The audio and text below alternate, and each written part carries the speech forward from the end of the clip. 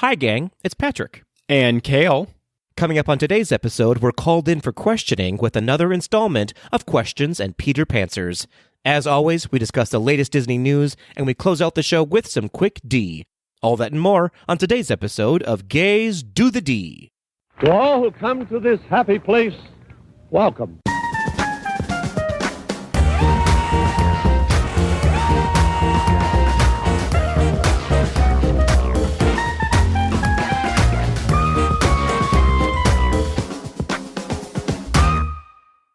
Kale 2020 more English. 2020 more.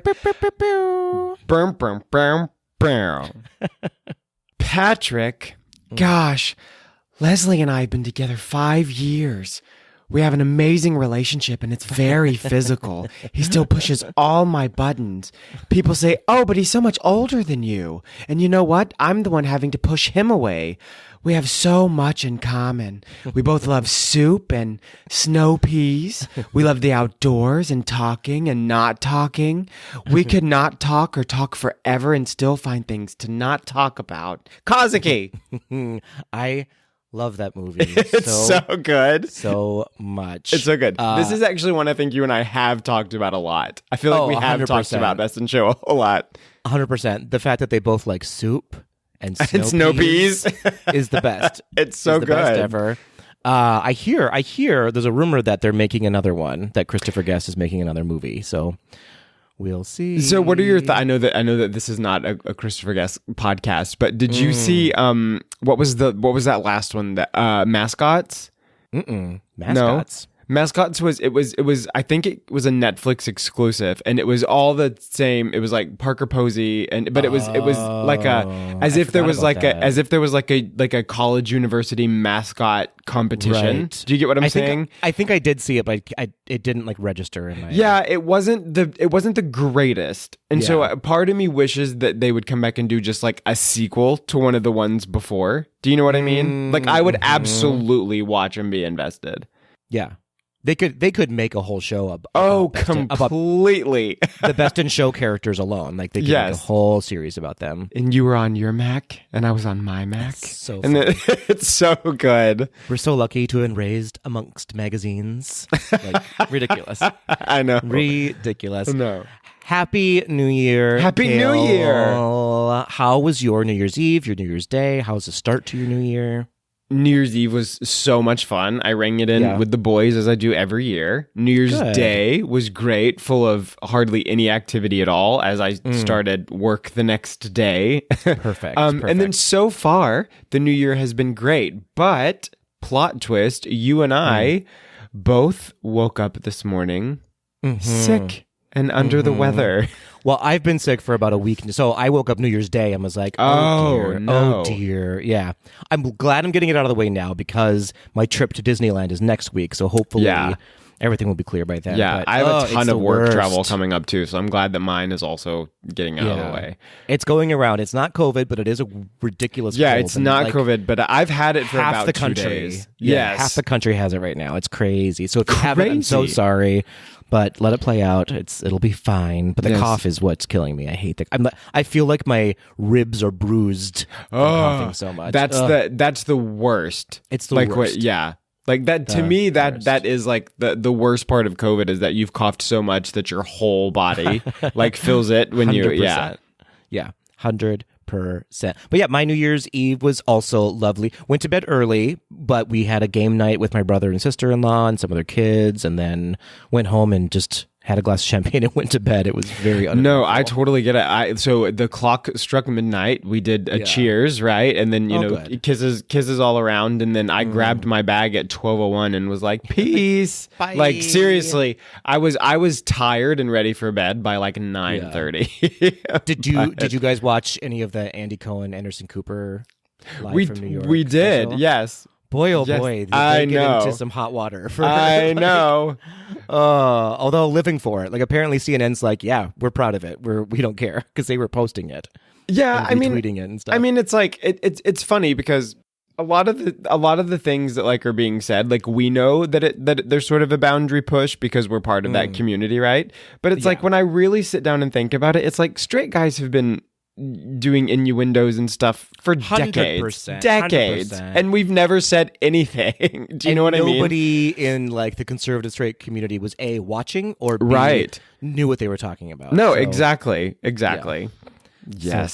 So funny. Okay, so we have a lot to get through, and full disclosure, we are recording this very early because, as I said, I am going to be in Disneyland next weekend, so we won't be able to record then, which we... And I'm going to be in a drunken blackout. And you will be, completely annihilated. Yep. So some of our news stories might be old by the time you hear this, and there may have been some things that come out later on. Who knows? That usually happens to us. But we are recording early, so I can get to Disneyland. Speaking of which, the Walt Disney World Run Disney weekend is this weekend while we're recording. And boy, oh boy, I feel so bad for the runners who were doing the half marathon because they had to shorten it by just over half, which is really sad. It's such a bummer. I get it. Safety reasons. Right. It happens. You have to, it's just part of the deal when you're a runner that anything can happen. But so many people that I know were doing their first half marathon. I know. Their first dopey ever, their first such and such. But, it's Florida. Anything can happen weather-wise in Florida. You never really know. But hopefully they made the most out of it. It looked like people still had fun. Just a little disappointing is all. It's funny because it's one of those glass half empty, half full things. Because in my opinion, this would have been the year for me to do the dopey. but I get it. It's true. I get that there's disappointment when you've worked hard for something. Yeah, absolutely. You do still get the medal. And I've been saying to people, like, just showing up is doing more than most people. So absolutely. Well done to all of you who participated. Congratulations. I hope you had a wonderful Run Disney weekend. And let us know if you're going to be in Disneyland for the Run Disney weekend there. Would love to see you out there. And if you have any questions about the weekend, we'll be sure to answer it on our next episode. Yes. Let us know. Let us know. Okay, so we have some sad news to ring in the new year. Oh, Kale. we do. I'll let you do the sad news because I don't want to. Because it was really sad. Well, Glynis Johns, known as Mrs. Banks in Mary Poppins, has passed away on January 4th at the age of 100. She was officially the oldest living person in the world. In the entire world. I didn't realize she had like 100. That's amazing. Well, no, done, that is amazing. It's funny though, because we talk about a lot of people on this podcast, and we always say like, "Oh, I actually weren't aware they were still alive." I actually knew that she was still alive, and I don't know how I knew that, but I did not realize that she was 100 years old. And I mean, I guess felt it. Yeah, you just felt it in your bones. I just I was like, she's alive. She's alive. I can tell. So Johns had been a performer her entire life. By age 12, she was winning awards for dance, and she appeared in her first film at 13, known as South Riding. By 19, she was the youngest actress to play the lead role in the theatrical production of Peter Pan. For Disney, she appeared in The Sword and the Rose, Rob Roy, The Highland Rogue, and of course, she played Winifred Banks in Mary Poppins. In 1973, she won a Tony Award for her performance as Desiree Armfeld in the original cast of A Little Night Music. And she is and always will be a Disney legend. I mean, of course she will. I would give anything to have seen her in the original cast of Little Night Music singing Send in the Clowns. Can you imagine? I 1000%. I will say that her version of that song is like my go-to of Send in the Clowns. But I would love. Yeah. Crazy. Sondheim actually is quoted as saying that's his very favorite version of the song. Like no one ever did it like she did. Really? So Amazing. she's a Sondheim legend. She is. She's an all-around legend. She is. Man alive. We love you, Glynis Johns. We love you. Her presence in Mary Poppins. Like the second she gets on screen, you're like, who is this? It's everything. Yes. Yeah. So go out there and watch Mary Poppins tonight, everybody, and raise a glass to the extraordinary Glynis Johns. So long, Sister Suffragette. Aww. Well, let's turn the ship around a little bit, Kale, and celebrate our Tweedles. What do you say? Yes, I would love to. Love to. Do you want to start us off with celebration since it's your favorite? I absolutely will. Good. At Nacho Hitachi, my twin boys are home. They arrived at week 34 and spent 5 weeks in the hospital. Yay! Aw, congratulations. And they are beautiful. So this is my friend Janice, who was our very first guest on Gays Do the D. And they just had twin boys. They are adorable. So congratulations. And we're so glad that they are safe and sound at home now. Also, fun fact, Janice. So Janice was the first guest on Gays Do the D, the first musical guest on SNL. Also, her name was Janice. Aw, and one of your favorite Muppets. That's right. Amazing. Moving on, we have at Parmesan Cheese running my first 5K during marathon weekend. We hope it went well. Congratulations. Yes. Let us know how it went. Yes. At Scott in the Woods, I'm celebrating visiting the Disney 100 exhibition in London and seeing the Frozen musical. Ooh, what a good week you're having. Yes. Tell us, because I think that this is a real thing. At when curtain is coming or when the doors open for Frozen the musical in London, they make it snow, right? On the streets of London. Isn't that a thing? I don't know. That'd be Let cool. us know, Scott in the Woods. I think that's a real thing. Amazing. I love that. Good job, London. We have at Salad saying, I'm celebrating fellow Canadian Tweedle Nick getting his dopey perfect this week. Yes, congratulations. Yes. We love you, Nick, and we love you, Salad. Yes, salad. At Hibdonde, successfully writing 2024 instead of still putting 2023 on everything. Girl. I know. I am not successful at that. No, yet. same. I've made two mistakes on major work documents this week that luckily I saved. Like I was able to save it before it went into the wrong hands. For sure. Yeah. When I was writing This Week in Disney History, I was like, okay, wait, how many years ago was this? Because what year is it now? I have the math was not adding up. And all I had to do was add one, but, wasn't coming to me. Right. Well.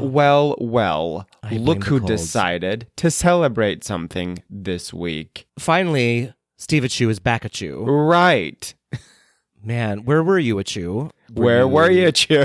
Were you drunk, Achu, for the last time?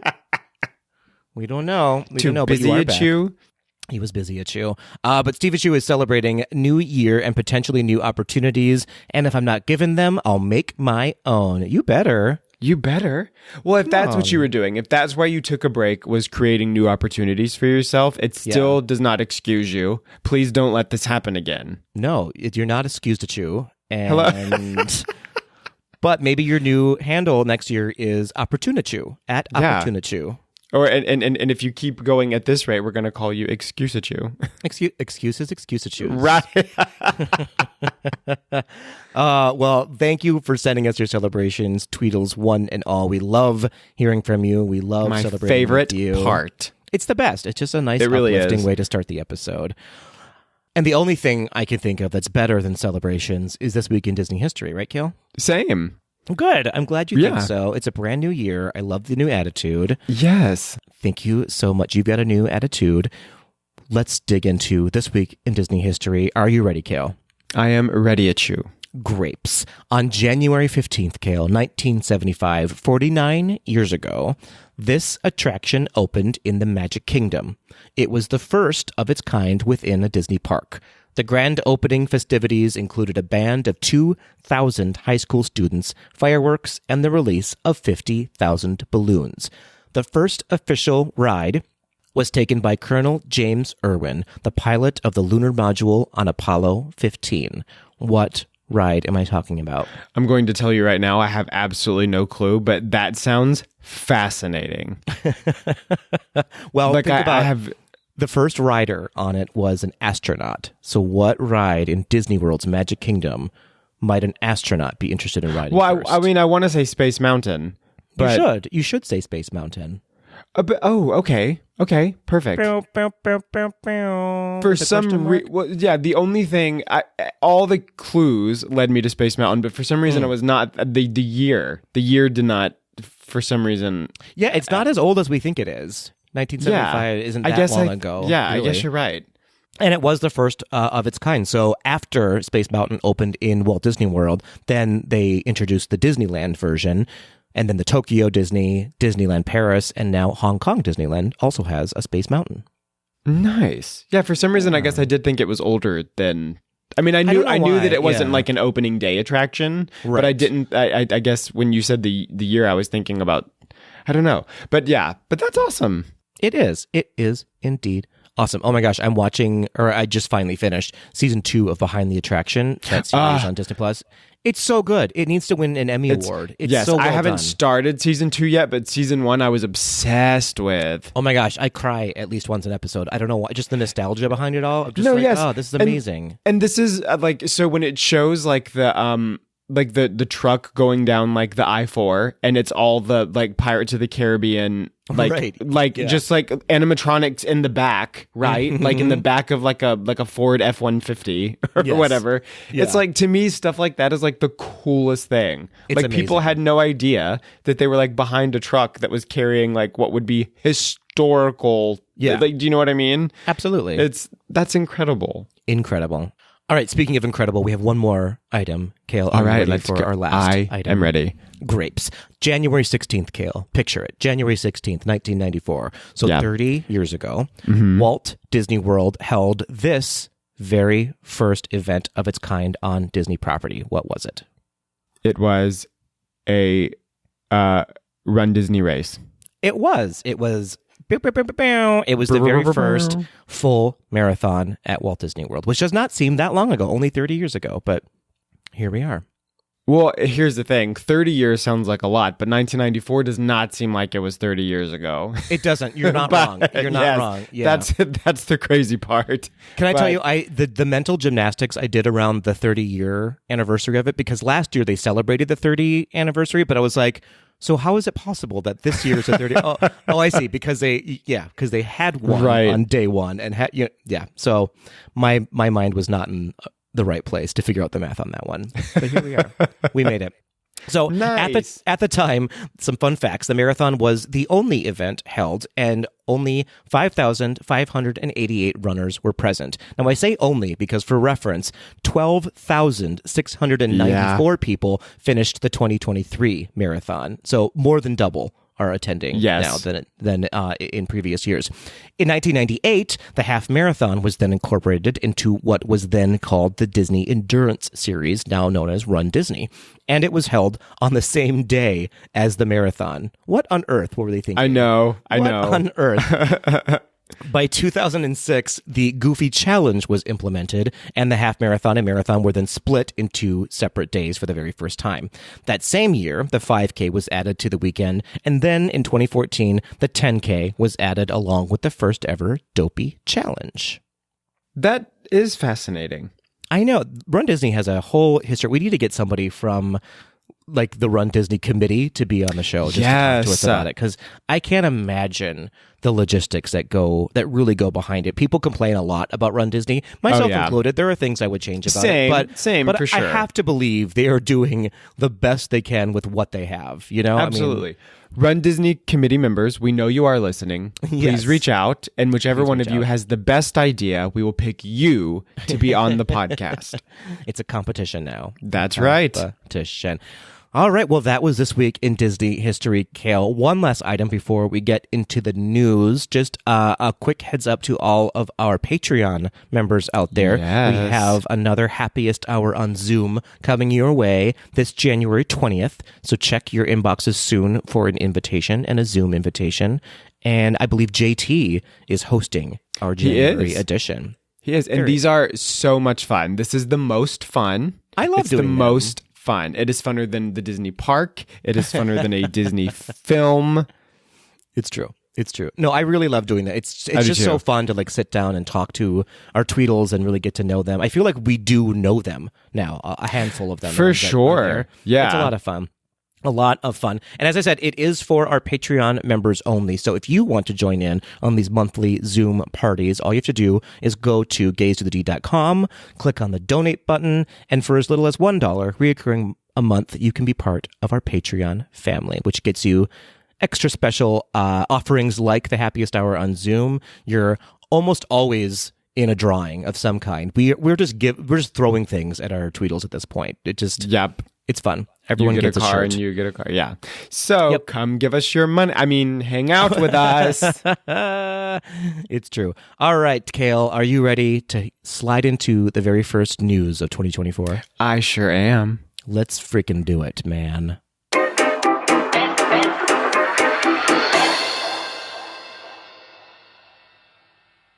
Hey, Patrick. What up, Kale? Are you ready for news? Talking about news. No, I'm not. Do you know why? Okay. Because we're both sick, Kale. And I know. I know. We literally just took a break from recording and we both did this. Like, okay, I'm going to blow my nose real quick. I'm just going to leave the Zoom. I'm going to cough a bunch. Yeah. Oh, Tweedles. Yeah, we're like slurring. It sounds like we're drunk, probably. Yeah. It's like I was like, what does computer? Like, I don't know what anything's doing right now. Right. What this thing in front of me? Right. Yes. All right, let's get into it. Let's talk about. We have some fun. Okay. We have some fun news stories today. I have to We say. do. We do. 2 new collections of themed merch are coming to Shop Disney and the Disney parks starting this January. First up is a line from the Disney Eats collection. Each month, productions will be themed after different Disney foods in the parks. January's theme, which launches on January 16th, is Disney Eats Snacks Collection. The collection will include home goods, accessories, and apparel themed to fan favorite snacks like ice cream, popcorn, and churros. Is that a churro on your pocket? Heyo. That was my attempt to write a joke. you wrote that and didn't tell me, and I said it. You did. You said it out loud. And it's forever. Mm-hmm. Next month's theme, Disney Eats Pizza Collection. Not a joke. What? Okay, I mean, that was good. Pizza collection? What? Right. What on earth? I don't know. I don't know how I feel about this. No, same. Same. The next collection is the Stitch Attacks Snacks series. What? Which, as the release of this episode, is already on Shop Disney. This will also be a year-long collection with a new theme each month. Each month's collection will include a Stitch Plus featuring that month's snack and a pin set. January's Stitch features the Mickey pretzel, and February's will feature Stitch eating popcorn. Why they didn't coincide this with the Disney Eats collection is beyond my comprehension. I mean, it's right there. It's literally right there. They're doing 2 snacks-themed collections, and they didn't think to merge them together. I don't know. So, do you remember, like, this was during like COVID when they did the it was sort of like the Mickey and Minnie parks collection. They started off with Minnie, I think. Like, they were doing like every month was like a Minnie that was inspired by like a different park attraction. Yeah. And I was obsessed. I thought that was the coolest idea. First of all, at the time, Minnie was getting like no merchandise of her own, right? Yeah. And then I think that was super successful because there were some mornings that I would call you and be like, hey, you have to help me try and get this one, because I always wanted to get a full collection for my niece. Yeah. And then they did a Mickey series. Then they did the Stitch series, and I think all 3 of those were very, very popular. Yeah. But I think it has gone downhill. I don't know. I've seen, so the Stitch series was really cool. It was like Stitch takes over the movies, I think. Yes, And super so they cool. rethemed Stitch to like Pinocchio or The Little Lion Mermaid. King. Yeah, like it was incredible. It was really cool. Incredible. This one is cute. I mean, the design looks cute. The Mickey pretzel one is adorable, and the popcorn one's adorable. So I hope that they're cute. But I don't. Yeah, I was like, I don't think I need a Stitch of every snack in the park, though. That seems. No, I agree, and I wonder what much. this like newfound obsession they have with featuring the merchandise that has to do with food. Like, what's the plush that you see everywhere in the parks right now? Munchies. Or something. I can't remember what they're called. And I just don't think that it's that cute. I don't either. There's also something weird about a plush being scented that makes me feel weird. The scented I'm okay with, but just the fact that it's, I don't know, like, why are we celebrating food so much? Yeah. It doesn't really trigger with me. Like, attractions, I get. People love the attractions. Completely. I don't The think mini attraction series was truly incredible. Yeah, but I don't need an ice cream cone plush. Like, I don't need an ice cream cone plush that looks like Chip and Dale. You know what? Who are we, though? And it's successful. People are buying it, and they keep making it. So. This is true. Disney's rich and we're broke. And so, you know what? Don't listen to us, Disney. Nope. Joke's on us. Do not. Us. All right. Let's move on. Kale, here's a question for you. What is a dumpster fire, and why does it, what's the word, get replaced? Because Kale, it was crazy. This attraction was crazy. The Voyage of the Little Mermaid, that's what I'm talking about, which closed in 2020, will now officially be replaced by a reimagining of the show called The Little Mermaid, A Musical Adventure. So according to Disney, the new show will feature a brand new design, new set pieces, updated special effects, and here's hoping a new wig for Prince Eric. Oh my gosh. That wig was garbage. Yes, absolutely. Garbage wig. The production will feature music from the movie, including Part of Your World and Poor Unfortunate Souls, and the concept art, which looks beautiful, features a scene from Kiss the Girl. So hopefully they'll be singing Kiss the Girl as well. No word on if this new production will use elements or songs from both the animated version and the live action version, or just the animated version. It looks like it's probably leaning toward just the animated version, but remains to be seen. So The Little Mermaid, A Musical Adventure is set to open this fall 2024. What are your thoughts on this? Okay. We're both well, this is what I will say. I do definitely think that The Voyage of the Little Mermaid was in major need of an update, right? Like it was 100%. Like, I mean, for a while, not even just like recently, for a very long time. Yeah. I kind of wish that the way that they would treat this specific show would be in a way that they would treat, like, I mean, when you see like a sort of Disney themed show on like a Disney cruise, it's very open-minded and it's very beautiful, and it's like you'll show up and there'll be an Elsa of color, right? And it's not because it's based off of anything. It's just an Elsa that's beautiful with a great voice. Do you know what I mean? Who happens to maybe not have the same skin tone as Elsa in the movie. I kind of wish that they would just treat this like that, right? So that way it's you could show up and sometimes you could be reminded of the live action film, or you could show up and you could be reminded of the nostalgia from the 1989 film.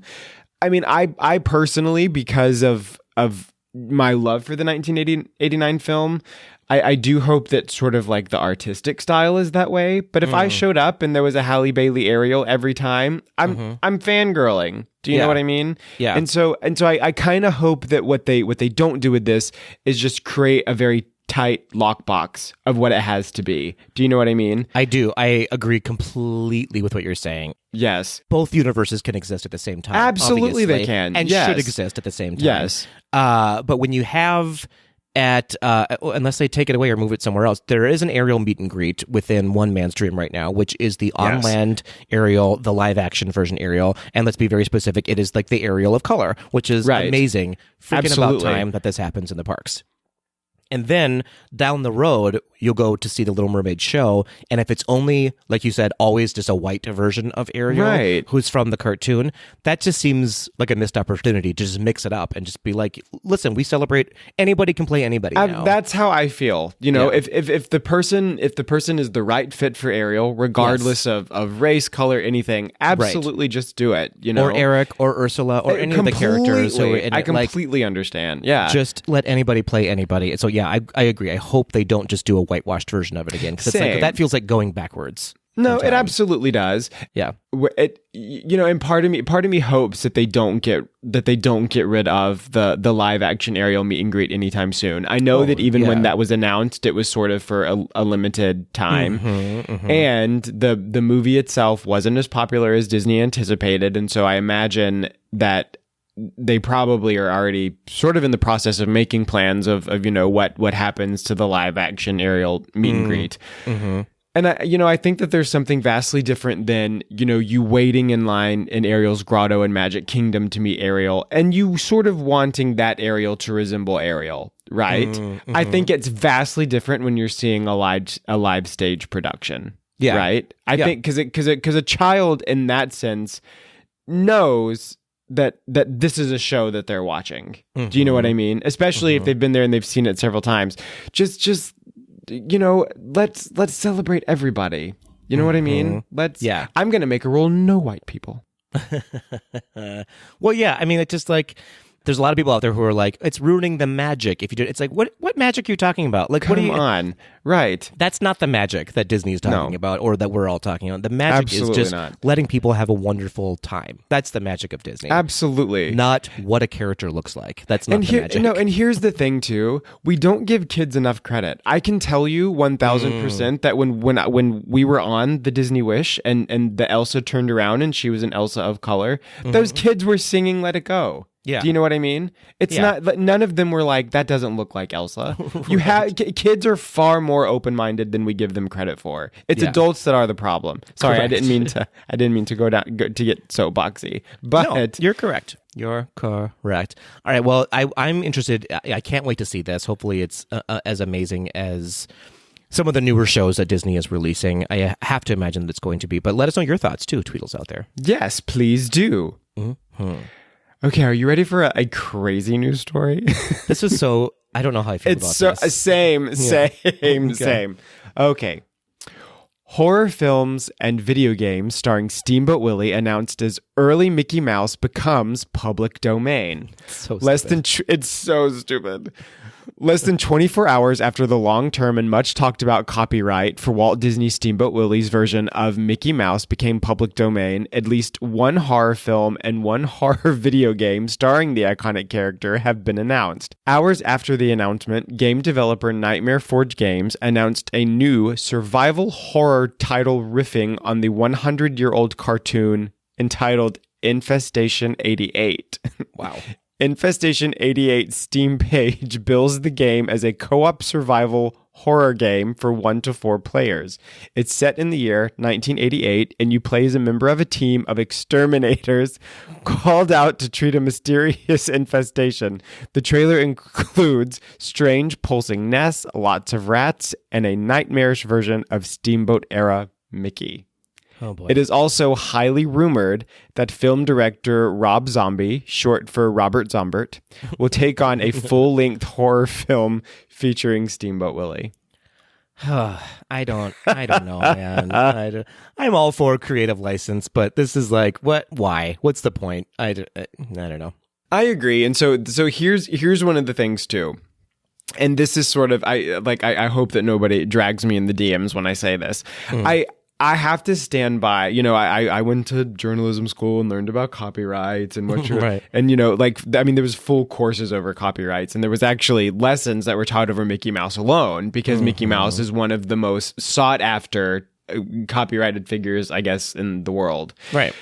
And it's sort of like at some point I have to respect that things need to become public domain. If for example, every Disney film that we love, if it weren't for public domain, we wouldn't have them. Do you know what I mean? Correct. Yeah. And so I understand that it's sometimes it's like, oh no, Disney's losing, Steamboat Willie.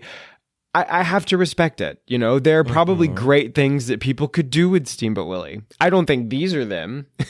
do you know what I mean? Yeah. But it's funny that within hours, and I mean, keep in mind the amount of time it takes to create a video game. This trailer dropped the day after the copyright expired. Oh, they were creating it for a long time. Yes. They were fully prepared. Yeah.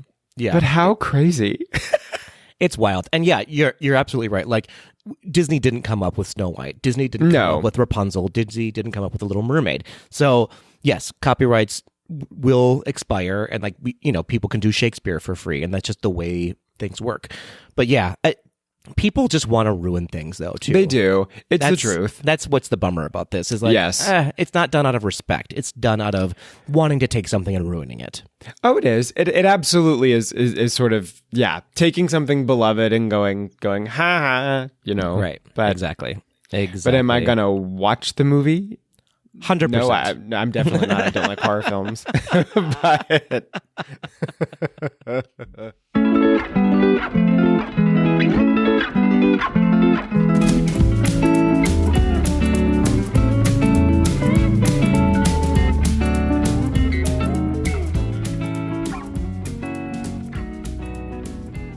Oh, Kale.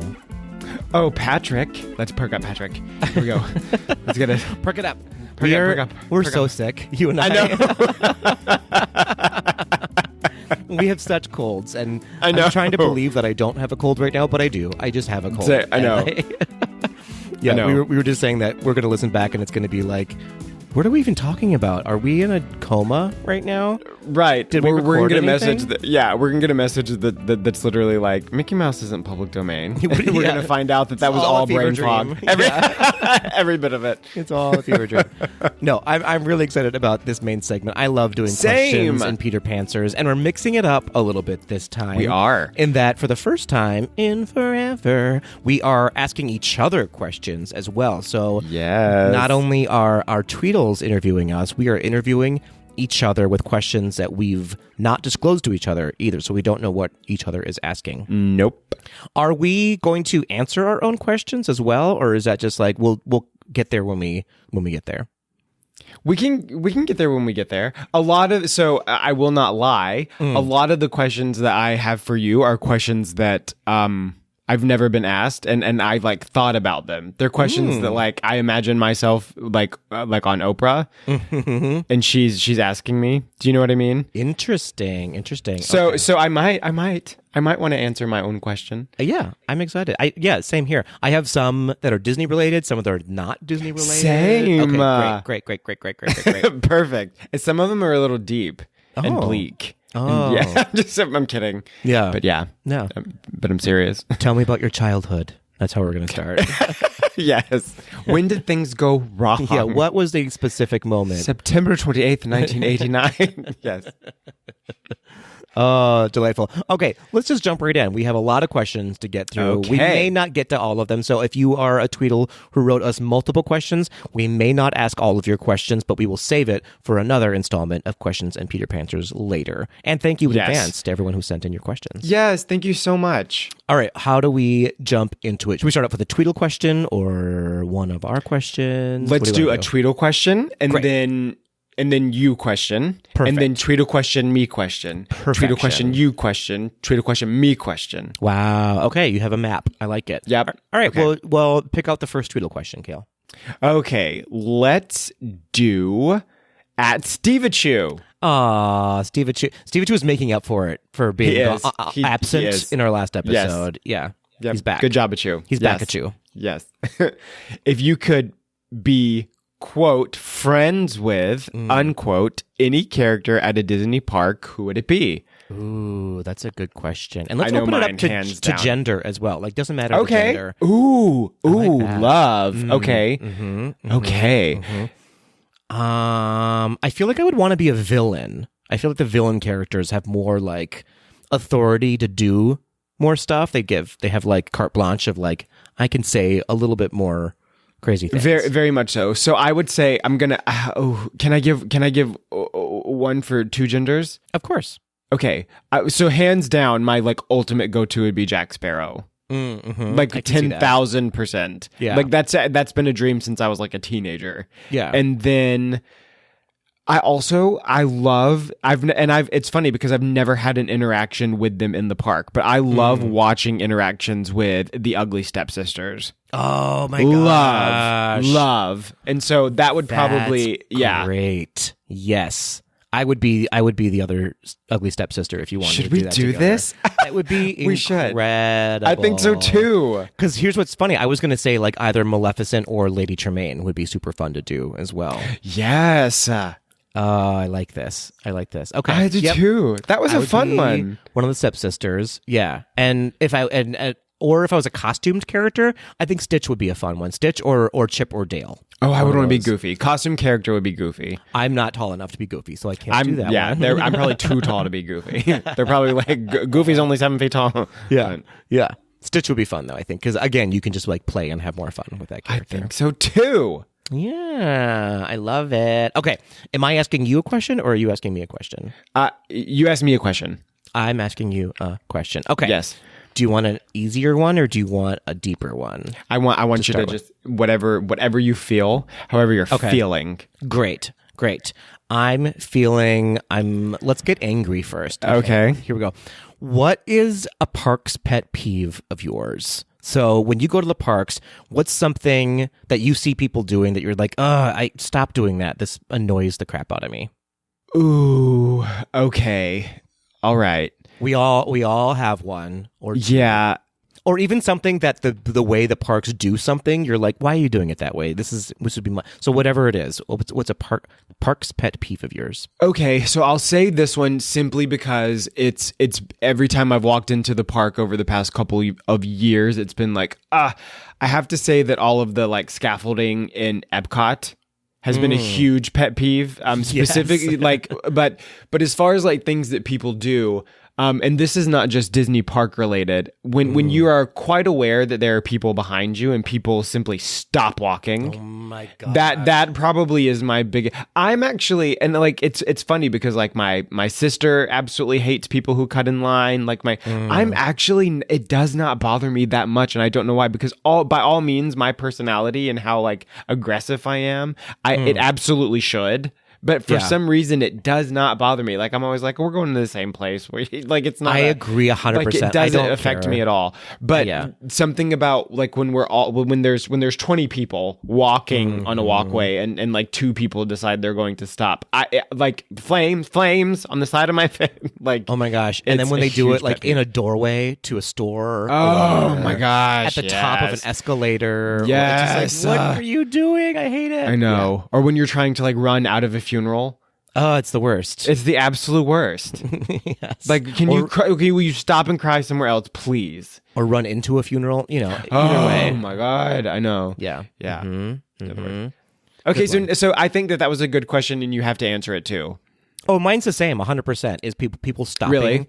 Or I think also, like at parks entrances, be ready to get in. Be ready.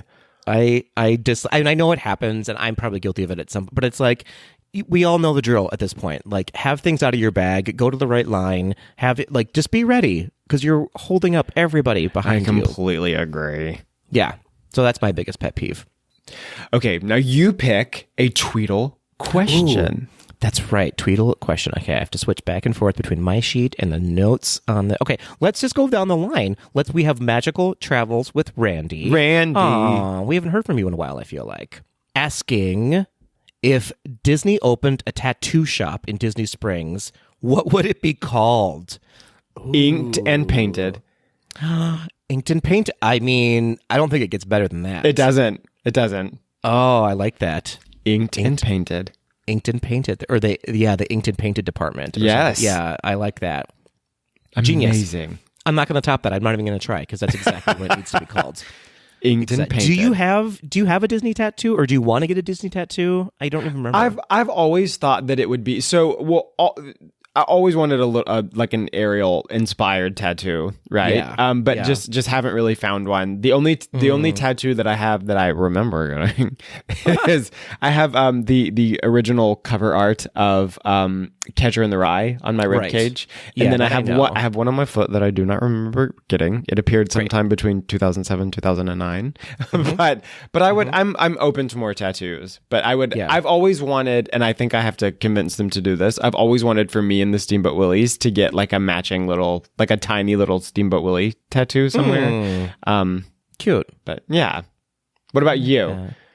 I don't have any Disney tattoos. I only have one tattoo, and it's just, I got it when I was 18. It's just the Sagittarius Archer symbol. Beautiful. So it doesn't. Would you get one though? Would you get a Disney tattoo? 100%. I feel like I would either get, a couple of things. I want to get maybe like a Run Disney tattoo. Ooh. Because I've met, like, most of my really great friends I've met because of Run Disney. You should get a tattooed medal. A medal that, like a tattoo of a medal that goes around your neck, all the way around your neck. Oh, absolutely not. All the No way. way. And then there's a big medal that sits just right on your chest. Right between my nipples. Like, right, so it's like the third nipple. Yes. That's not going to happen. Or I might get the Gaze Do the D symbol, just like the sketch outline of the castle. I would absolutely get the Gaze Do the D symbol with you. I think that would be fun. Let's do this. Minneapolis, July. Ooh, happening. Maybe that could be fun. I think we just made a commitment to the public. We may have made it into it. Right. I mean, listen, Tweedle's out there. If you are an artist, like, send us some options. Ooh. I would be very interested in, if I like it, obviously, Yeah, right. in seeing your renditions of like a Run Disney tattoo, maybe a version of the Gays Do the D tattoo. I'm obsessed with a Cheshire Cat. If you have a Cheshire Cat thing, a mermaid thing for Kale. Yes. Challenge thrown down. Do you want to put permanent marks on our bodies? Oh boy. Boy. Yeah, Moving on. Okay, so this is a Kale question to PK. Yes. Okay. What one Disney character would you completely do away with, and you cannot name a villain? What one Disney character would I do away? So just eliminate from history altogether. You have to eliminate one from history altogether. And are they just like gone and forgotten, or Gone and forgotten? They never existed. They never existed. What Disney character? Do you know I could do away with a whole movie if I'm being honest? Okay. And because I just don't care about it, and I've never seen it all the way through, and so maybe people are going to come for me. But Brother Bear, do you remember that movie? Yes, very, very fair. I think we could easily get rid of that, and no one would know. Like we would wake up one day. It's like the Mandela effect. Yes. Like we could wake up one day and be like, Brother Bear, that's never been a movie. Absolutely. People are going to come for me though, because I feel like There's a whole fandom that we're about to find out about. A whole Right. thing. I couldn't even tell you a character from that movie, if I'm honest. And maybe it's the best movie that ever happened, but I don't think. No, I can't think of one, to be honest. So that would be mine. I expanded it to a whole franchise. You Brother did. Bear. You did. So Is there a character that you would get away with? Get rid of? I tried so hard to think about this, and the only one that I could think of was the Siamese cats from Lady and the Tramp. Oh, yeah, we can get rid of the cats. That was the only one that I could think of that I would be like gone and forgotten forever. I'd be fine.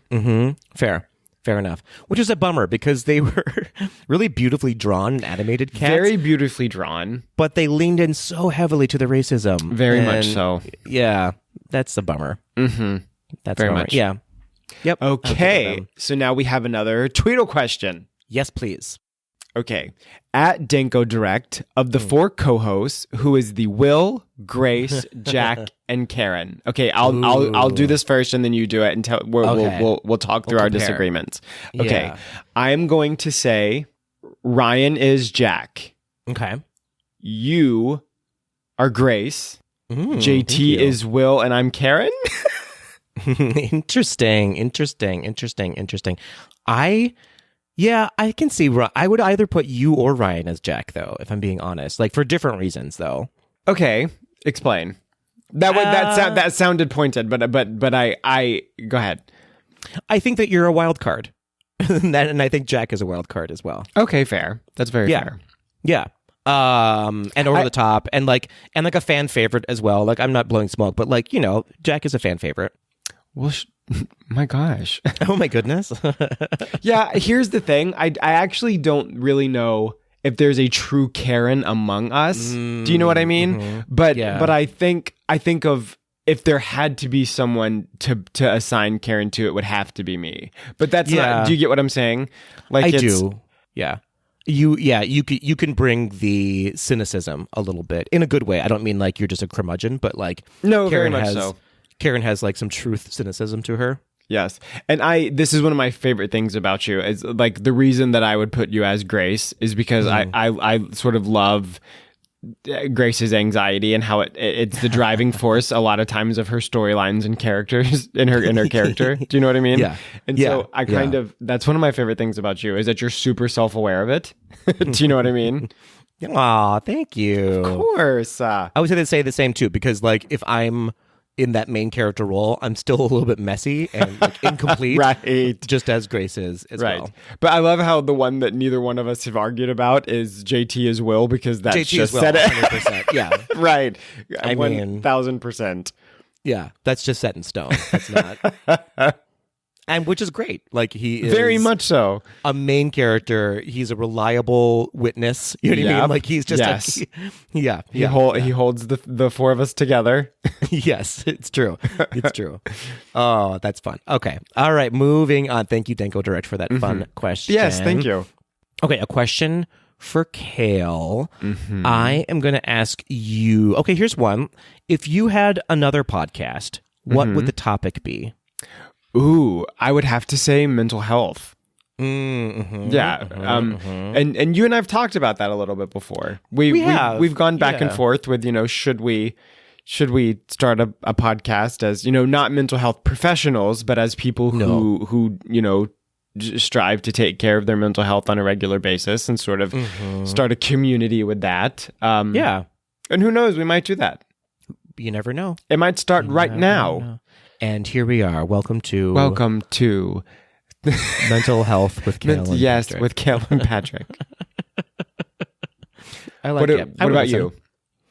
Same. I think that it's a topic that I feel like we have, as non-experts, have a lot of expertise in like making mental health accessible and fun, frankly. You know what I mean? Very much like, so, yes. Mental health doesn't have to be a downer. No, it absolutely doesn't. Yeah. It should be part of our vernacular as opposed to something that we talk about with our serious voices. You know I completely agree. Yes. Yeah.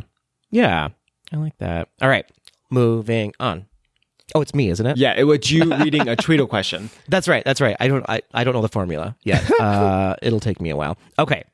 We have ADV Parker asking, what are you looking forward to in 2024, both for Disney and personally? Ooh, okay. We're getting personal. Well, I know mine. 2024, I am going to Disneyland Paris because we'll be there for the Olympics in 2024, and we're going to make a side trip to Disneyland Paris. So that's what I'm excited for I guess both Disney and personally, because it's a trip I've never been to France, I've never been to Paris, never been to Disneyland Paris, never been to the Olympics. So I actually will be at the Olympics too. I got a call last week that they had misplaced the javelin. Hey-oh. But I would love to throw you across a field, that's for sure. Yeah, I'm sure there's a line. I'm sure that there's a line of people waiting to throw me across the field. Yeah. So 2024 for Disney, I have to say, I'm super stoked for Inside Out 2. I know we talked about that a lot on the last episode, so I won't beat a dead horse, but super, super excited for that. Yeah. Personally, I'm really excited. I know that this is even sort of Disney related, but I'm really excited to visit Minneapolis in July with JT and Patrick and us have a great time. It'll be fun.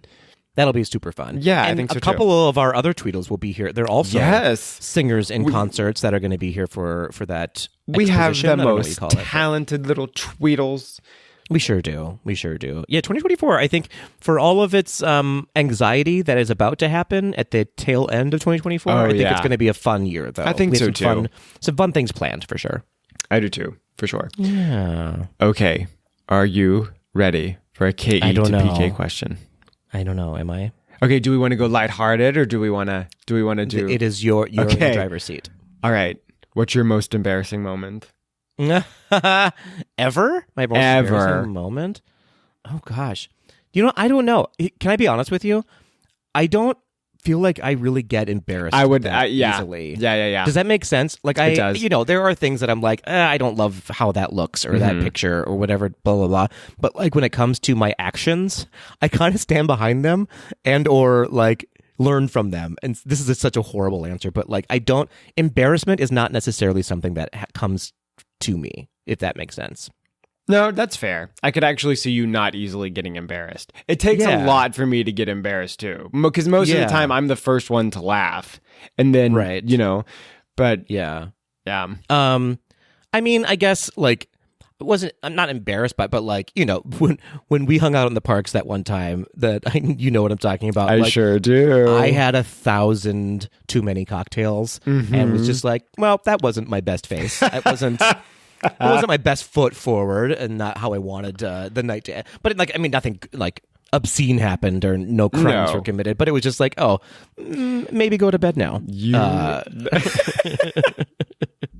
Amazing. But it happens. I did discover why I got so crazy. Did we talk about this before? I We think talked about I it here think so. on the podcast. I think Yeah. you were. So I was on I can't remember what it was, like allergy meds at Yes. the time. So I was trying to get rid of something, and you can look this up. I can't remember what med it was, but a certain percentage of the population, when you're on that, absolutely don't have anything to drink. And it because made it'll turn it into like a roofie situation on yourself. I was and like, it made what? complete sense because it was 4:00 p.m. and you were gone to the world. Like you were you were gone to the outside world. but Yeah. I had a blast. Yeah. So everyone out there, do not have any cocktails No. at Disney after flying, after having been up for 24 Right. hours while having allergy medications in your system. Don't do it. Yeah. What about, do you have a most embarrassing moment, or are you kind of the same as me? I have one that I think about probably like once a month that to this day still makes me like cringe. It's just more cringy than it is embarrassing. I'm going to try and tell this story as fast as possible because it could be lengthy. But Yeah, fair. So when I was a freshman in high school and had just gotten into like the drama club or drama class, and was friends with like all the seniors that were also in drama class. And I thought that was the coolest thing, that I was like 15 years old hanging out with all these like 18-year-olds, right? And we used to have rehearsal after every class, and we would always go like or not after every class, after every school day. And after rehearsal, we would always go like to like a restaurant or something, and like, you know, as theater kids do, wreak havoc or whatever. Well, Right. well, I guess like I think that Burger King was celebrating like SpongeBob's birthday or something, and we had gone to a Burger King, and there was this huge inflatable SpongeBob out like on the drive-through, and someone dared me like, Kale, we bet you won't take that SpongeBob thing. Well, because I wanted to like be friends with the cooler kids, I was like, I bet I will. And so I got out and did it. And then they told everybody, and everybody at school, because teenagers are so stupid. They think the stupidest things are cool. Yes, And correct. so I got to school the next day, and everybody was like, oh my gosh, we heard what you did. So I felt boss. Like I was Yeah. like, yeah, I'll do anything. I'm crazy. You name it, I got it. You know what I mean? And Yeah. so then the next day, as a joke, they had me do it 2 more times. Like we drove to 2 more Burger Kings. And so I had ended up with 3 inflatable SpongeBobs. And then it made the news, which shows you that gosh. nothing obviously was going on. Like because there was, and so because it made the news, then kids around the state of Georgia started stealing SpongeBobs from Burger Kings. And I was so terrified. Like I went from feeling like the coolest person on earth to Yeah. being utterly terrified. And like I remember like pacing the house, and my mom being like, "What is wrong with you?" And I was like, "Nothing's wrong with me. What's wrong with you?" Like, you know. And then like Friday rolled around, and I remember like my friends being like, "Well, do you want to do anything this weekend?" I'd be like, "I can't leave the house." Do you know? like no kidding. They're after me. Yes. That was literally how I felt. And then so I remember my mom sitting in her recliner, and the news was on, and they're like, because I essentially felt like I had kickstarted like an entire like Georgia State phenomenon, right? Right. Because I had Yeah. only taken the 3, and now some like 60 SpongeBobs were missing. And I remember like they had this Burger King manager that they were interviewing, and it was straight up like, we just don't understand why someone would want to take the pleasure away from little kids. And I'm like, oh my God. And mom's like, what is happening to you? And I'm like, nothing, I'm fine. And then she said, like the news reporter goes, Burger King is planning to press charge it. And I hit the ground. Like in my mind, they may as well have just said they were giving me the chair. Like that's the amount of fear that like I had. And my mom was straight up like, what is happening? And I was like, I have to show you something, Mom. And then like grabbed her hand and like took her back into the bedroom and opened up the closet, and there were 3 inflatable SpongeBobs, and she was straight up like, get them and take them outside. And my mom like helped me like stab these SpongeBobs and get and dispose of them. helped you bury And the then bodies. She did. And then like as we were doing it, I was like, "Do you hate me?" And she was like, "No." For a split second, I thought you were about to show me a dead body. and so that's like my biggest like cringe moment. I know that took like an hour and a half. I'm sorry, but No, that's a lovely story. I'm just surprised that you have guilt in your heart. That you're capable of guilt. at 15, I thought I was going to prison for life. Like I thought that I was going to be like on trial, like crying, like Yeah, like full throttle. I was ready for this to be the end of my life as a 15-year-old. They can still come after you, and now this is out there forever. So we'll see how this plays out. Yeah. I can't wait to see how this turns out. Oh, wonderful. All right, let's move on, Kale. We have time for a handful of more questions. Not a crazy ton, but yeah, let's do it. Okay. At Megan Mo 14, why are all the other Disney parks getting such great additions, but we aren't? Ooh. Shade thrown. Shade thrown. I mean, you're not wrong. There are some fun things happening in the local parks. Here's my non-funny answer. I think it's because Americans ruin everything and they want things to stay the same instead of changing. It's totally true. No, it's the Splash Mountain is the perfect example of that, right? It took so long to get that to move. Yes. Yeah. Mm-hmm. When people are still up in arms about it. Yeah, I mean, it's true. It's true. And I think like the newer parks were built with newness in mind as well. They have more capacity to adapt quicker than the local parks because it would take forever to shut down, a section of a park, and Disney just can't afford to do that here in the. I mean, they could, absolutely. They just don't want to. They're afraid of the fans, I think. I think that's what the thing is. Disney's afraid of the American fans. Oh, yes, they are. They'll be up in arms if things change. And they every right to be, because that happens. It does. It does. It does. Yeah, hopefully we'll get some new stuff. Like this whole thing about the blue sky beyond Big Thunder Mountain, all that stuff. I hope it actually happens. We'll see. I'm not super optimistic about it, but we'll see. We'll see. We'll see. What a depressing answer we've just come up with. I know. I know. Good for us. It's good old Dayquil. Yeah. We're just on a downer today. Right. What are you going to do? What are you going to do? Okay. Question for you. Are you ready? Yes. Having experienced everything you've done up until now, what's something you would change or have done differently that would maybe make your life a little bit easier today? Wow. Right? Ooh, very good one. Very, very good one. Thank you. This is my Oprah moment. Yeah. Okay. This is a good one. And you can, you and I are friends. You and I talk on a regular basis. You can probably, not even in a funny way, you could probably say that this is still to this day one of my biggest obstacles, right? Personal obstacles. I would say that I wish I would have made the decision long ago, like in my late teens, early 20s even, to just pick my battles.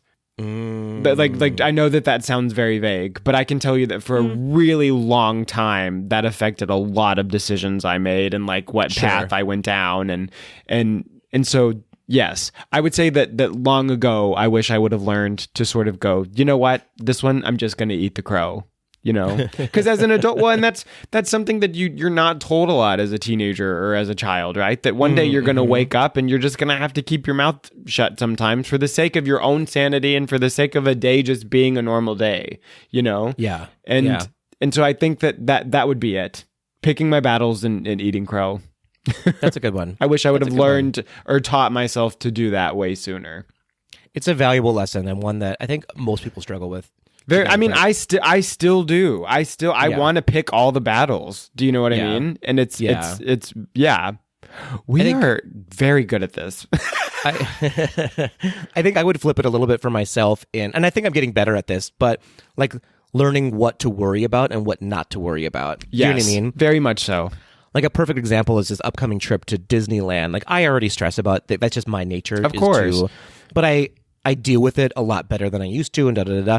But part of the coping mechanism for me in dealing with stress is like, for example, it's going to be very cold this next weekend at Disneyland. And people are like, oh God, what do I do?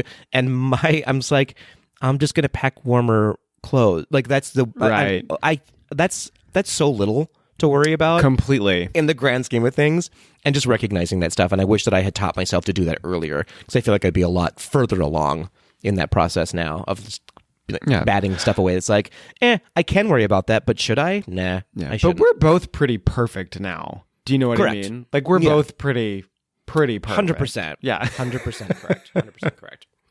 All right, let's get to another. Should we look at another round? Another round. Another round tonight. Okay, let's see. Let's do. This is a really funny name. I don't think that you've ever written into us before, but I'm obsessed with your name, Abe. I'm going to try to say this correctly. Abe Nervosaurus Rex. Abe Nervosaurus Rex. I love that. I do too. I'm obsessed with that. Well done, Abe Nervosaurus Rex. Is asking, where is your go-to shop or restaurant to visit in Disney Springs? Okay, let's each name one of both. You ready? Ooh, okay. What's your shop? Oh, shop. Let's. Oh gosh. I mean, and don't say World of Disney because that's like no. I would say I would say the same. Yeah. Ooh. That I didn't like that at all. I didn't like the sound of that. I'm so sorry. No, sorry. that's fine. Okay, I know mine. My shop would be the Joffrey's store in Disney Springs. Not just like the kiosk, but the store where they sell all of the coffee beans from around the Disney parks and hotels. Okay. I stock up on those. I love them. And you get a nice discount there too. Very much so. So I would say my shop is probably going to be Goofy's Candy Company because every time when me and the boys go, we always go and stock up on the Rice Krispie Treat ears for the ride home. Every single time. And so that's, I would say that's always, it's like, it's delicious and amazing, but also like a core memory, you know? It's like a way of bringing the magic home with you for one more day. Absolutely. Of being like, oh, I forgot I had this Krispy Treat. Yeah, good one. Okay, what about a restaurant in Disney Springs? What are you recommending to a friend? Ooh, I would have to say, I tell everybody to go to Polite Pig and get the grapefruit margarita. The Polite Pig is so good. It is so good. Pig. I agree. Yeah. I've only eaten there maybe twice, and at both times I've eaten there, it's been amazing. But I go and get a grapefruit margarita every hour. And I'm not necessarily like a red meat kind of guy, but their barbecue is so good. I'm obsessed with it. What? No, sorry, I did. I looked at you because I guess when you said that, it did sort of, it made sense. Like, oh, you probably are not a red meat person. I just don't. Yeah, I don't usually eat a lot of red meat, but they have really good chicken there too. But yeah. The Polite Pig is great. Amazing. And you can get their cookie there is so good. Yes. Have you had it before? I have had it, the cookie. So good. Good. So, but that grapefruit margarita, ooh. I don't love grapefruit is my thing. And I don't love margaritas. I love a marg. I love grapes, and I'm a big fruit. Wow. Okay. Fair enough. Yep. Fair enough. Yeah, I don't know if I have a different answer for you because a Polite Pig is really good for restaurants. I mean, Gideon's is always a great place to go. Yeah, the Edison is also a lot of fun. Oh, you know what? Yeah, I would recommend the Edison, but go there for like a happy hour and don't necessarily do a sit down dinner because I don't know that their sit down dinner is necessarily worth the full experience. But you know what I'm going to say? Haleo. Go to Haleo. Okay, very good. Such a good place to go. Yeah. Well done. So we just named everything. Everything in Disney Springs is amazing. But leave at like 6 or 7. Don't stay because it gets wild there. And it's not it does. It's not my scene anymore. Okay, are you ready for a KE to PK question? I am indeed. This one I think will be so much fun. Oh, okay. What would be your dream Broadway role?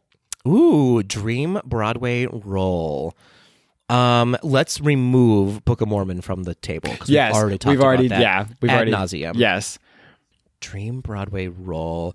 You know who I really love is the character, I think he's just called Younger Brother in Ragtime, which is one of my favorite musicals of all time. Okay, nice. Yeah, that's just such a rich, beautiful musical, and that character has a really fun evolution throughout the entire show, and some really good songs too. I love it. So I think that would be it. Or I mean, if I'm going a little bit sillier, Charlie Brown would be a fun character. We can also say no gender. We can also say genderless. If you, fair. But I would say Charlie Brown would be a fun character to play. Nice. And You're a Good Man, Charlie Brown. Yeah. What about you?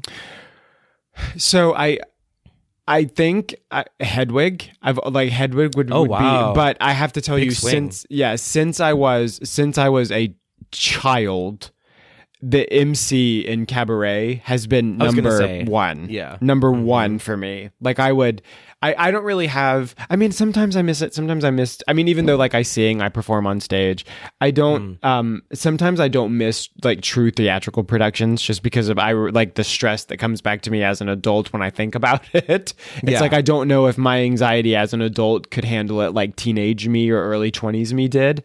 But I can tell you that like, if like somewhere in Atlanta, if they were holding auditions for Cabaret, I would have to go in and audition for the MC because I'd never forgive myself if I didn't. Do you know what I mean? Like that's how much I've always wanted to play it. Fair. If you do, can I play Sally Bowles? Yes. Great. I'm in. Can you imagine? And then JT Maybe can play Cher. We'll have to rewrite the script so somehow Cher is in it. Perfect. But, Perfect. I love it. Great. Look at us. Yes. We're on Broadway now. All right, let's do one more round. So another Tweedle question, and then we'll end with like you and I asking each other one more question. Okay, perfect. All right. So what's our last Tweedle question of the day? At Steveachu, what's the gayest thing in any Disney park? The gayest thing. Us. That was you took it right out of my mouth. I was literally about to go, it's us. I think the Disney parks are just inherently gay, though. They are. Like, they very much are. I would say the Festival of Fantasy Parade is probably Festival the of gayest thing. Fantasy is the gayest thing. It's the gayest thing. Yes. It's just a big Katy Perry concert the entire time. It totally is. And I'm obsessed with it. Yes, I would also have to say Mickey's Not So Scary, Sanderson Sisters. That's pretty gay. That's pretty gay. Camp. Yeah. What else? What else is just crazy gay? The entire France Pavilion. The France Pavilion. Yes. Yeah. Fair. I like that. What used to be was the Lumberjack show when they had that around in the Canada Pavilion. I was like, oh, hello. Right. This is fun for everybody. Right. That was pretty gay. Maple Popcorn's pretty gay in the Canada Pavilion. Yes. The Army Men in Toy Story Land. Oh, interesting. Okay. And women They now. make me Men feel and some women. kind of way. Yes, you're correct. Mm-hmm. I kind of like Come the on, whole Sarge. concept of like I don't know the face or Oh boy. I'm sticking with Festival of Fantasy Parade. I think that is the gayest thing. I will double down with you on that and say that's the gayest. Especially the Lost Boys. I think they're the gayest thing in the Festival of Fantasy Parade during the Peter Pan section. Oh, absolutely. 100%. Yes. All right. Okay. Let's end with a couple of questions for each other. Perfect. Who's going? I can't remember. I think it's you. I think I asked you the last Is it me? question. Yes. Okay. I think we have time for a couple for each other. Sure. If we can make short Let's answers do of it. Okay. Here's one for you. For you, Kale, what Disney movie or TV show or Broadway show has the very best soundtrack? Oh, okay. So it's funny because I've always said that Little Mermaid is obviously my favorite movie, right? But I think that the music from Hercules is incomparable. Oh, good answer. Yeah.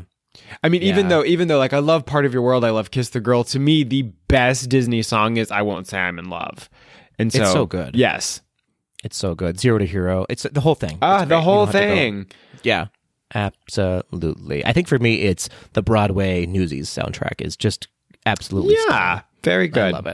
I love it. All right, your turn. Okay, who is the co-host you would like most to switch places with? What? On this show? Yes. What do you mean switch places with? Why why? GDTD co-host would you have a Freaky Friday moment with? Interesting. For so many reasons, all three of you, I would be interested and be like, what's going on there?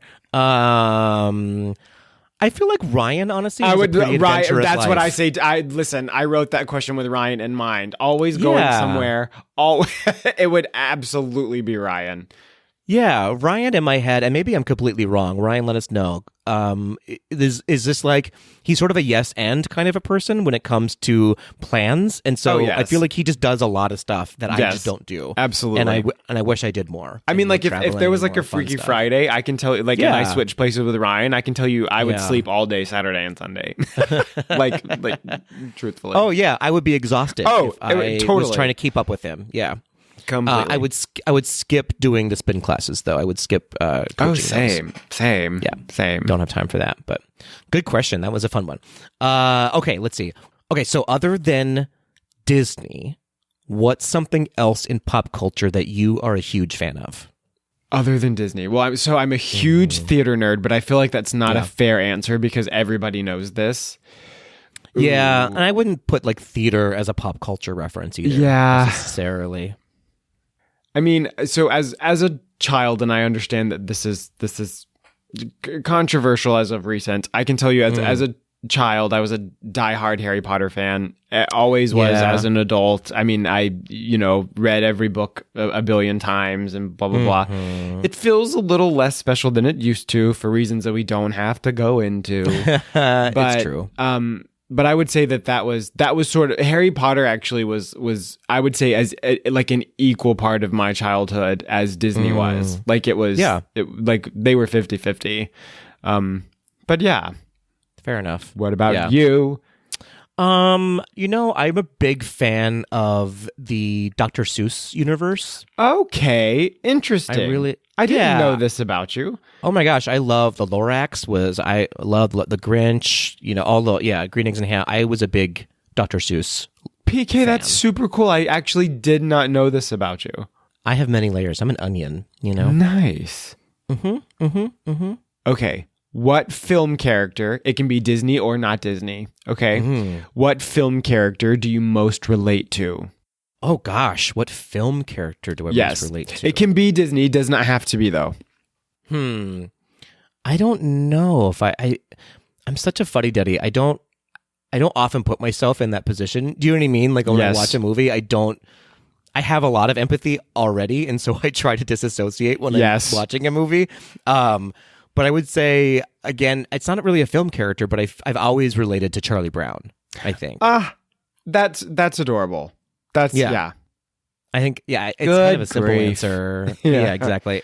But I think, just like the distilled, like, mental health behind Charlie Brown, I feel for sure. I've always engaged with. What about you? Mine would be Holly Golightly from Breakfast at Tiffany's. Oh. And you, like, unpack that. How do you relate to her? So, well, I think keep in mind in that film, the character is only, between like 19 and 23 years right. old. And so that was completely me from 19 to 23. But even to this day, the whole concept of sort of compartmentalization and, sort of, no, this is just sort of what I do and that's okay. That whole thing was 1000% who I was in my early 20s. And even to this day, I can compartmentalize until I'm blue in the face, and it's it's not good. It's but it's I think that was always sort of why. And even in like the spoiler alert if you haven't seen this movie, even in the taxi ride at the end where he's actively trying to help her and she's saying, I'm never going to let anybody put me in a cage. It's sort of I can very much remember saying similar things to people this morning at the coffee shop. Fair enough. Also, just like the whole cast of Saltburn, I feel like I can. Oh my gosh! Yes. Okay. Can I say? I have a question. Yes. Oh, go ahead. I was gonna say as our final shebang, let's cast Saltburn with the four GDTD co-hosts. Nope, I'm not going there. But I will say one of my joke questions was, is there something wrong with me that I didn't think Saltburn was as shocking as others did? Well, here's the... So... Am I dark? Am I that dark that I'm no, like... No, I don't think you're that dark. Here's the deal. And this is... I don't want to talk about this, but... No, we are spending less than 30 seconds on this. Okay. I do not think that a certain bathtub scene was as shocking as another scene that took place outside between... Correct. Right. 100%. And that's the one that nobody's talking about. I know. Do you know what I mean? Like, because no one wants to talk about it. No, but it's like the bathtub scene is getting all of this like, what? And it's like... Both outdoor scenes, I was like, oh, that's far. Yeah, completely. But it didn't like make me go, I can't watch this. This is filthy. Like I wasn't like, I don't know. What are you gonna do? Okay, all right. My last question for you, is whether you travel alone or with others, what is a Disney Parks tradition that is a Kale must do? A Kale must do. Who? that you'd like put your foot down? You're like, no, we have to do this before we leave. So I would say that I have to come back with something for Sadie and Grayson. Like it's actually special for me. And so the first like couple like trips I would go on, I learned shortly that I had bought them everything. So now what I do is, and my sisters even made them like little pin boards that they hang on their doors. So I get them a pin each time that I go. And most of the time it'll reflect something that like I did that time. Do you know what I mean? Yeah. And I'll get them like a pin for that. And they actually are all into that. They're like, they think that's the coolest thing. And so I would say that that's the one thing I would be disappointed. Like if I went to a Disney park or on a Disney trip, if I didn't come back with a pin for Sadie and Grayson, I would be devastated. Delightful. I like that. What about you? Good question. I think lately it's been, this is more selfish, is getting myself a bag of coffee from Joffrey's or a Disney. It's not selfish. That's coffee. self-care. That's absolutely self-care. It's not self-care, selfish. 'cause I love a good cup of coffee. It's something about me. I love a good cup of coffee. And I like getting the beans too, because I like grinding the beans and the way it smells and taking a little bit of Disney home with me. You are always in the grind. I am always in the grind. The app and just in general life. Oh my God. Or lately it's been like trying something new as well in a park, whether it's like it's a new food or just because I've been so many times that I have to find something new to do. Yeah, absolutely. Yeah. Nice. Okay. Do you have one last question? I sure do. Great. What are you most scared of? What a weird way to end this segment. Mm-hmm. What am I most scared of? You, frankly, I think. Aww. You reading me is my, like, you knowing things. No, I'm kidding. What am I most scared of? I think you and I have talked about this before, and I may have brought it up on the podcast before. I think this is gonna be such a downer of a way to. I think I'm most scared of being forgotten, if that makes sense. I understand the fear. I personally do not like. I personally do not think that you are in any chance of being forgotten. I don't know. Like, I don't have kids, and I'm not going to have kids, and like the movie Coco, like really hit me really hard. Like that was like the whole message behind Coco was remembering people. I think that's a really big fear of mine. Of just like sort of fading into the background, and even in like real life, like while I'm still alive, I always have a fear. Like an anxiety of like not getting invited to things or not being thought of when things come around. No, absolutely. It's a big like, I don't know, trigger for me in my mind. Oof. What about you? So you and I have talked about this a whole lot, and it's sort of like, I think it stems from the same reason. We just have different anxieties over it. Mine would sort of be because I think that both of those things sort of stem from the fact that both of us probably, even though we don't like to admit it, probably care about what people think about us a little bit more than we'd like to admit, right? Yeah. And so I think that mine would be not necessarily being forgotten, but ending up alone because of me pushing people away. Do you know what I mean? That's a valid fear that you should have, I think. Yeah, I'm just kidding. No, I don't think you are kidding. I think when this ends, we're going into a full therapy session. I think we already did. Yeah. No, that's a good one. Also spiders, I think. Yeah, also the Statue of Liberty. Do you know that I'm terrified of the Statue of Liberty? But you got me a Minnie Mouse Statue of Liberty. Is that like you doing a breakthrough? No, so okay, so this is like when I think it happened. It has to be the actual Statue of Liberty, like the Statue of Liberty's face and everything. But I think I know that this is a super weird. Well, I guess it's a lighter note to end it on than we're alone and people forgot us. But but so I was like a kid when Home Alone 2 came out, and Home Alone 2 was Lost in New York. And I remember there was like the teaser trailer for Home Alone 2 was like this like 360 like aerial view of the Statue of Liberty, and then as soon as the camera got in front of the Statue of Liberty, it did the Macaulay Culkin like do you know what I'm talking about? Like it slapped its face, and I remember that being terrifying to me as a kid. And and the Statue of Liberty has been an active like actual fear of mine, like a phobia. I've never, as many times as I've gone to New York, as much time as I've spent there, I've never seen the Statue of Liberty. I absolutely refuse. I don't like it when the Statue of Liberty is featured in an apocalyptic movie. It's absolutely terrifying. I've had dreams about her killing me. I'm not kidding. Whether she crushes me in her hand. One time, she put her torch down. She picked me up, held me up in the air like I was her torch, and then she just walked into the ocean. And the entire time, the ocean is like rising, and she's getting deeper and deeper into the ocean. And imagine that anxiety of knowing that eventually I'm going to be underwater. I think my biggest fear is dying before you finish one of your stories. I think that's an actual fear. I love you so much.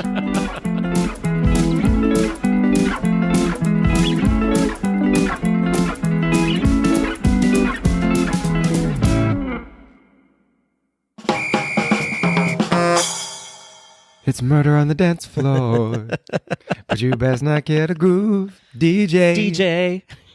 We're going to burn this GDTD house right down? Yes! Oh. Perfect. Perfect. I was wondering how we were going to censor that one line.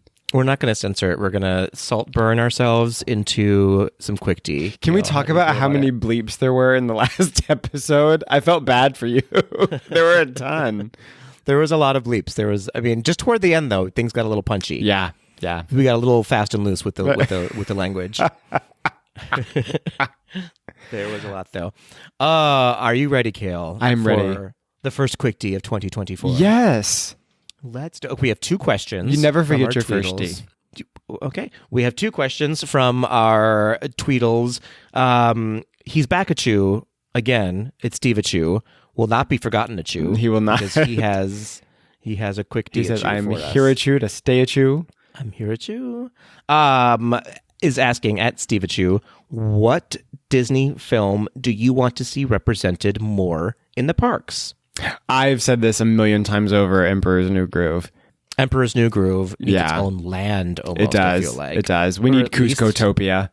Yeah, or at least a fast ride, like a roller coaster mine ride kind of. Yes, would love.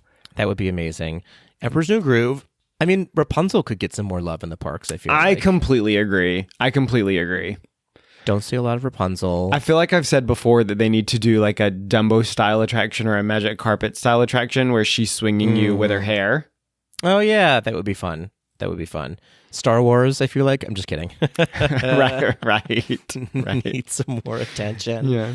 Yeah. I don't know. I feel like they could do something grand, like a castle. Maybe we could use a castle, a giant golf castle ball to one of the parks. Yeah. I do think like they need to bring in more Broadway shows to the parks, though. Like Broadway needs some more representation.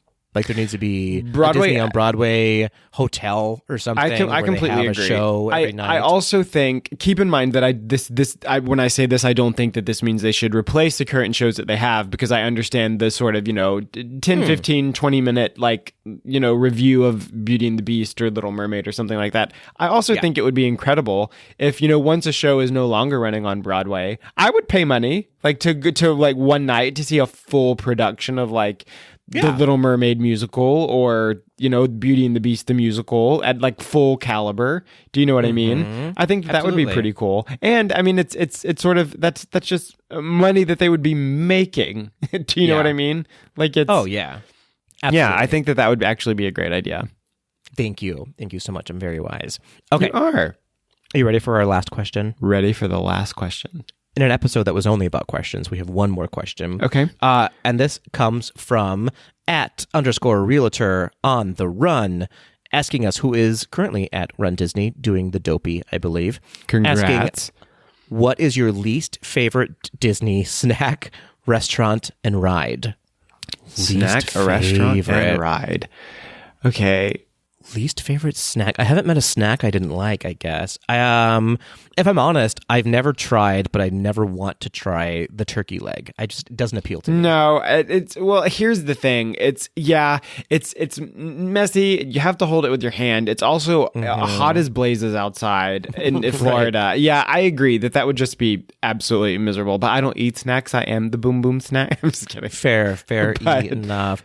But also, I object to the term snack when it comes to the turkey leg. I'm like, is that a snack? Right. I agree.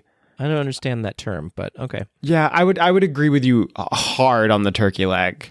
Yeah, not into it. Not into No. the turkey leg. Okay, restaurant. What is your least favorite restaurant? That's Sophie's choice there.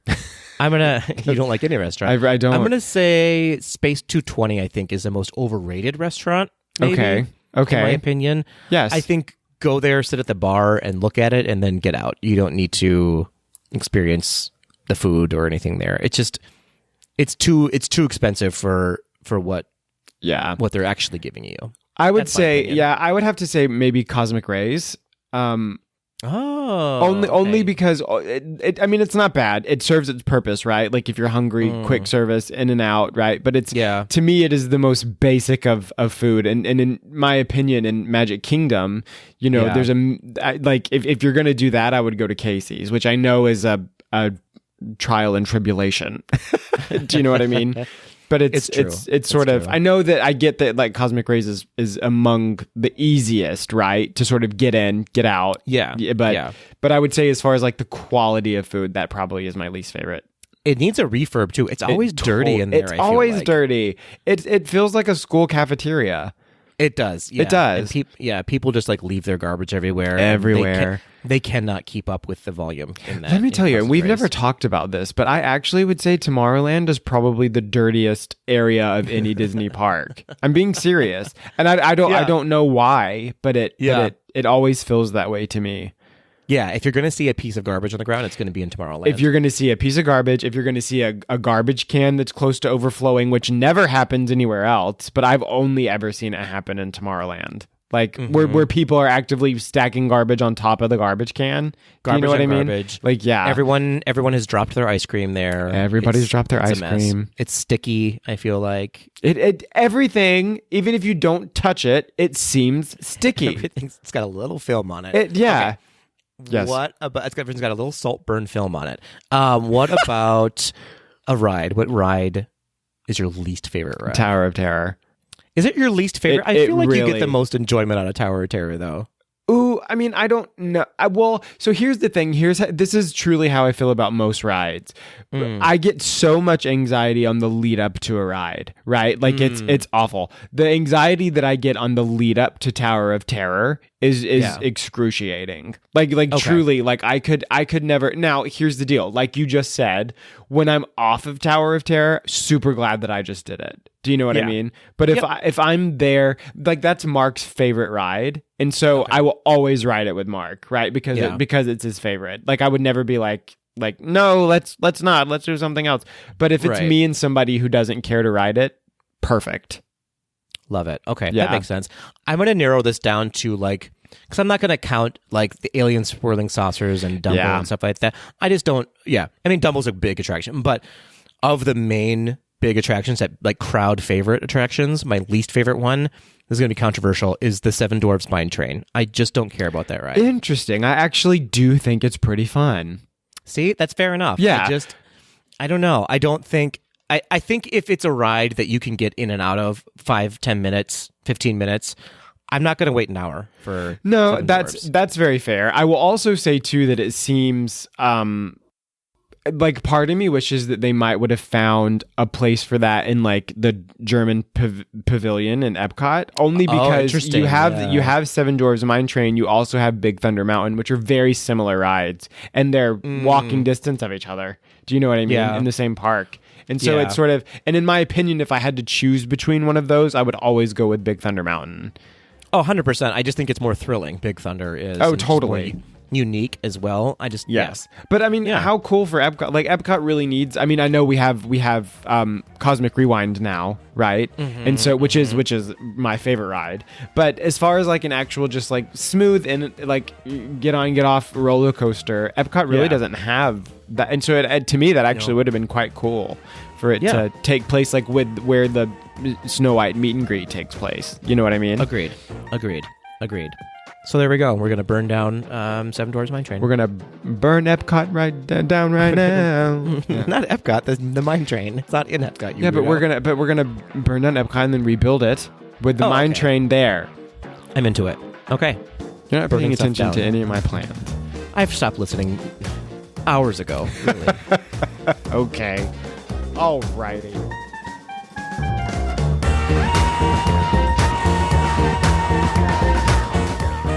That will do it for this episode of Gays Do the D. Thanks for listening. To become a patron of the podcast, visit our website at gaysdothed.com/donate. For a donation of any amount, you can receive exclusive Gays Do the D content and help us continue to bring you the very best Disney news and discussions. Continue the conversation after this episode on Instagram and Twitter at GDTD Podcast. Submit your questions or show ideas to info@gaysdothed.com. Have a great week, everybody. See you real soon.